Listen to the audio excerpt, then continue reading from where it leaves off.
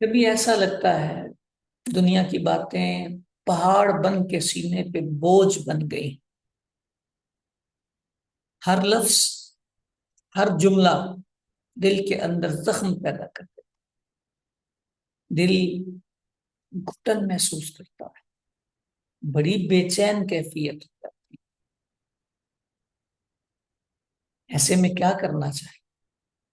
اللہ تبارک و تعالی نے اپنے محبوب کریم صلی اللہ علیہ وآلہ وسلم سے ارشاد فرمایا وَلَقَدْ نَعْلَمُ أَنَّكَ يَضِيقُ صَدْرُكَ بِمَا يَقُولُونَ. محبوب ہم جانتے ہیں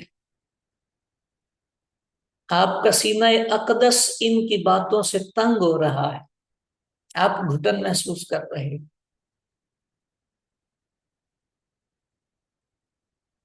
پھر آگے نسخہ بھی ارشاد فرمایا فسبح بحمد ربک وکن من الساجدین.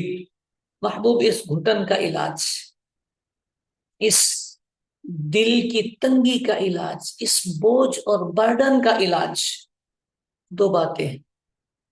ہماری حمد کی تسبیحات کریں اور سجدوں میں سر جھکا لیں.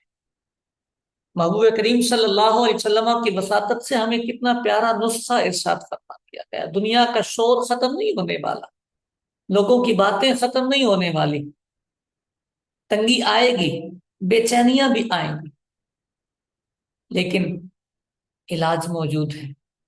تسبیحات کیجئے اللہ تعالیٰ کی حمد کی، اور اس کی بارگاہ میں سجدہ ریزیاں کیجئے، اللہ تعالیٰ دلوں کو سکون عطا فرمائے.